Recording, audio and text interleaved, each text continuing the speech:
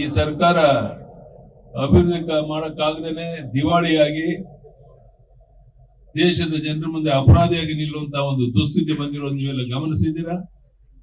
ಉರಿ ಬಿಸಿನಲ್ಲಿ ತಾವು ಕೂತಿದ್ದೀರಾ. ನಾನು ಮತ್ತೊಮ್ಮೆ ನಿಮ್ಮಲ್ಲಿ ಕೈ ಜೋಡಿಸಿ ಪ್ರಾರ್ಥನೆಯನ್ನು ಮಾಡ್ತೇನೆ. ನಮ್ಮ ಶ್ರೀರಾಮುಲು ಲೋಕಸಭೆಗೆ ಹೋದರೆ ಯಾವ ರೀತಿ ಒಂದು ಅಭಿವೃದ್ಧಿ ಕಾರ್ಯ ಈ ಜಿಲ್ಲೆನಲ್ಲಿ ಆಗುತ್ತೆ ಅನ್ನೋದನ್ನ ನಾನು ಶಬ್ದಗಳಲ್ಲಿ ಹೇಳುವಂತ ಅಗತ್ಯ ಇಲ್ಲ.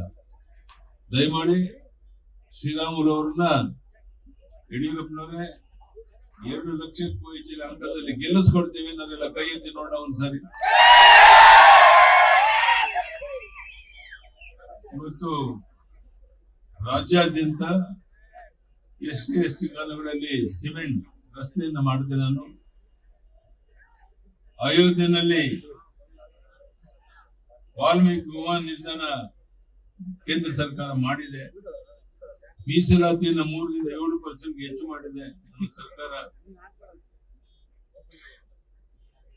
ನಮ್ಮ ಎಸ್ಟಿ ಸಮಾಜದ ಬಹುದೊಡ್ಡ ನಾಯಕ ರಾಮುಲು. ನಾನೀಗಾಗ್ಲೇನೆ ಸುಮಾರು 23 ಲೋಕಸಭಾ ಕ್ಷೇತ್ರಗಳಿಗೆ ಹೋಗಿ ಇಲ್ಲಿಗೆ ಬಂದಿದ್ದೇನೆ. ನಾನು ಹೋದ ಎಲ್ಲ ಕಡೆ ಇದೇ ರೀತಿಯ ದೇವದುರ್ಲಭವಾದಂತ ಒಂದು ಸ್ವಾಗತ. ಎಲ್ಲ ಕಡೆ ಯಾರ ಬಾಯಲ್ಲಿ ಕೇಳಿದ್ರು ಮೋದಿ ಮೋದಿ ಮೋದಿ ಅನ್ನುವಂತ ಮಾತು.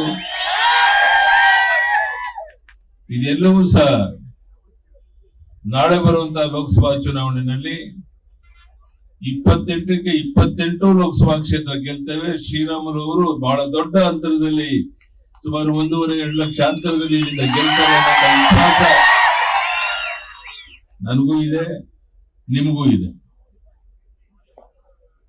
ಬಹಳ ಹೊತ್ತು ಮಾತನಾಡಲ್ಲ. ನನ್ಗೆ 82 ವರ್ಷ.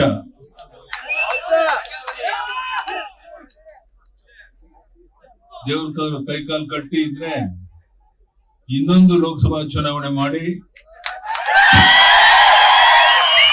ವಿಧಾನಸಭೆಯಲ್ಲಿ ಬಿಜೆಪಿಗೆ ಬಹುಮತವನ್ನು ತಂದು ಹಿಂದಾದ ತಪ್ಪನ್ನ ಸರಿಪಡಿಸಿಕೊಂಡು ಮುಂದೆ ಹೋಗ್ತೇವೆ ಅನ್ನೋ ಭರವಸೆಯನ್ನ ನಾನು ನಿಮಗೆ ಕೊಡ್ತಾ ಇದ್ದೇನೆ ಬಂಧುಗಳೇ. ಮಾನ್ಯ ಜನಾರ್ದನ್ ರೆಡ್ಡಿ ಅವರು ಬಿಜೆಪಿಗೆ ಬಂದ ಮೇಲೆ ಒಂದು ರೀತಿ ಆನೆಯ ಬಲ ಬಂದಂತಾಗಿದೆ. ಎಲ್ಲ ಕಡೆ ಅವರು ಸಹ ಓಡಾಡ್ತಾ ಇದ್ದಾರೆ. ಎಲ್ಲರ ಸಹಕಾರದಿಂದ ನಾವು 28ಕ್ಕೆ 28 ಲೋಕಸಭಾ ಕ್ಷೇತ್ರ ಗೆಲ್ಲಬೇಕು ಅಂತ ಪ್ರಯತ್ನ ಮಾಡ್ತಾ ಇದ್ದೇವೆ.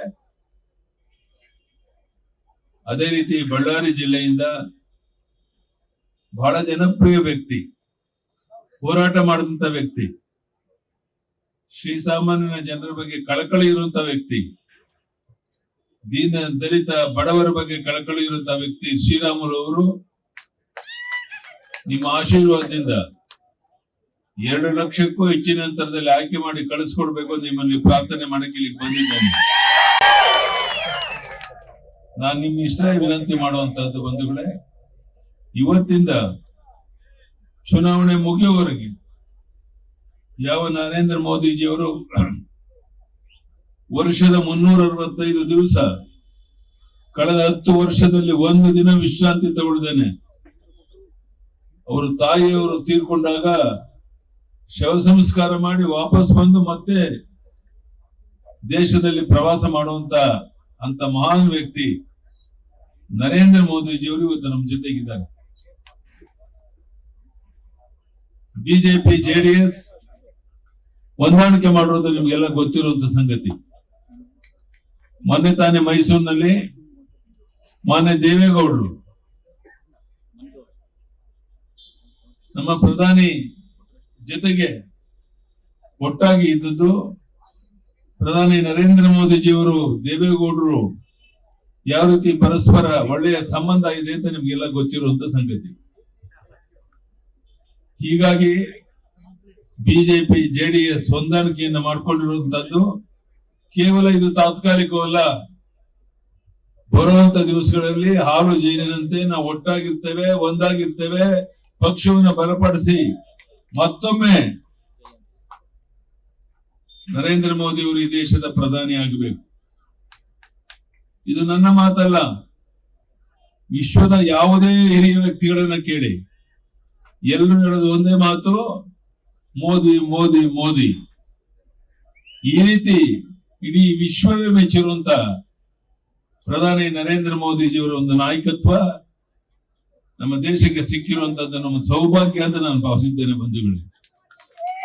ನಮ್ಮ ಕಾಂಗ್ರೆಸ್ನವರು ಯಾವುದೋ ಹಣದ ಬಲದಿಂದ, ಹೆಂಡದ ಬಲದಿಂದ, ತೋಳು ಬಲದಿಂದ, ಅಧಿಕಾರ ಬಲದಿಂದ, ಜಾತಿಯ ವಿಶ್ವೀಜ ಬಿತ್ತಿ ಅಧಿಕಾರದಲ್ಲಿ ಬರ್ತೇವೆ ಅನ್ನೋ ಭ್ರಮೆನಲ್ಲಿ ಇದ್ರೆ ಅದು ತಿರುಕನ ಕನಸು ಅಂತ ನಾನು ಹೇಳಕ್ಕೆ ಇಚ್ಛೆ ಪಡ್ತೇನೆ. ಯಾರಿದ್ದಾರೆ ನಿಮ್ ಜೊತೆಗೆ? ಕರ್ನಾಟಕ ರಾಜ್ಯದ ಮುಖ್ಯಮಂತ್ರಿ, ಉಪಮುಖ್ಯಮಂತ್ರಿ ಕೇಳಕ್ಕೆ ಇಚ್ಛೆ ಪಡ್ತೇನೆ, ಇವತ್ತು ಯಾರಿದ್ದಾರೆ ನಿಮ್ ಜೊತೆಗೆ? ಯಾರು ನಿಮ್ಮ ದಿನ ಪ್ರಧಾನಿ ಅಭ್ಯರ್ಥಿ? ಹೆಸರು ಹೇಳ್ತೀರೇನೋ? ಯಾವುದೇ ಹೆಸರು ನಿಮ್ ಕಣ್ಣು ಮುಂದೆ ಇಲ್ಲ. ಇದು ಕಾಂಗ್ರೆಸ್ ಪಕ್ಷದ ದಯನೀಯ ಸ್ಥಿತಿ. ಇದನ್ನ ನೀವೆಲ್ಲ ಅರ್ಥ ಮಾಡ್ಕೊಂಡಿದ್ರೆ ನಾನು ತಿಳ್ಕೊಂಡಿದ್ದೇನೆ ಬಂಧುಗಳು. ನಾನು ನಿಮ್ಮಲ್ಲಿ ಕೈ ಜೋಡಿಸಿ ಪ್ರಾರ್ಥನೆ ಮಾಡ್ತೇನೆ. ಶ್ರೀರಾಮುಲು ಅವರು ಕಣ್ಣೀರಾಗಿ ಅವ್ರು ಹೇಳಿದಂತ ಮಾತುಗಳು ನೀವೆಲ್ಲ ಗಮನಿಸಿದ್ದೀರಾ. ಜನಾರ್ದನ್ ರೆಡ್ಡಿ ಅವರು, ಶ್ರೀಮತಿ ಅವರು ಸಹ ಮಾತನಾಡಿದನ್ನ ತಾವೆಲ್ಲ ಕೇಳಿದ್ದೀರಾ. ಎಲ್ಲರ ಭಾವನೆ ಒಂದೇ ಒಂದು, ಈ ಬಾರಿ 2 ಲಕ್ಷಕ್ಕೂ ಹೆಚ್ಚಿನ ಹಂತದಲ್ಲಿ ಶ್ರೀರಾಮುಲು ಗೆಲ್ಲಬೇಕು ಅನ್ನುವಂಥದ್ದು. ಬೆಂಗಳೂರಿನಿಂದ ಮಂಗಳೂರುವರೆಗೆ, ಬೀದರ್ನಿಂದ ಚಾಮರಾಜನಗರದವರೆಗೆ ನಿಮ್ಮ ಸುದ್ದಿ ನಿಮ್ಮದೇ ಭಾಷೆಯಲ್ಲಿ. ಕರ್ನಾಟಕ ತಕ್.